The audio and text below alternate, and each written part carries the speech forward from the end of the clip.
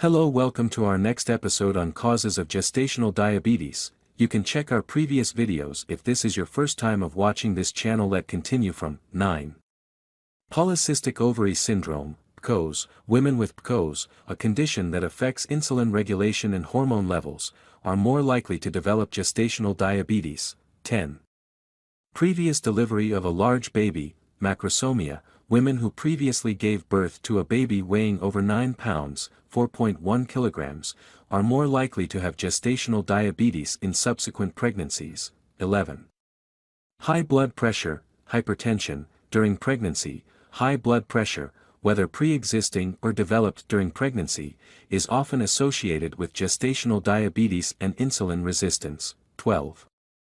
Multiple pregnancies, twins, triplets, etc. Pregnancy. Carrying more than one baby can increase the demand on the body's insulin and make gestational diabetes more likely.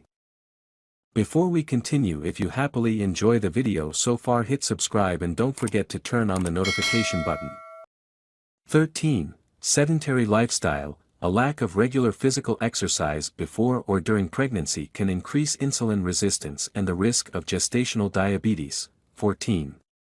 Unhealthy diet. Diets rich in processed foods, refined sugars, and unhealthy fats can contribute to weight gain and insulin resistance, increasing the risk of gestational diabetes. 15.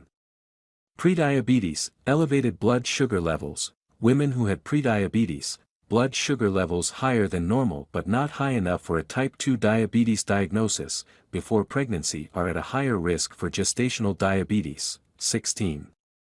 Previous stillbirth or birth complications. Women who have experienced previous stillbirths or complications related to high blood sugar may be at higher risk of gestational diabetes.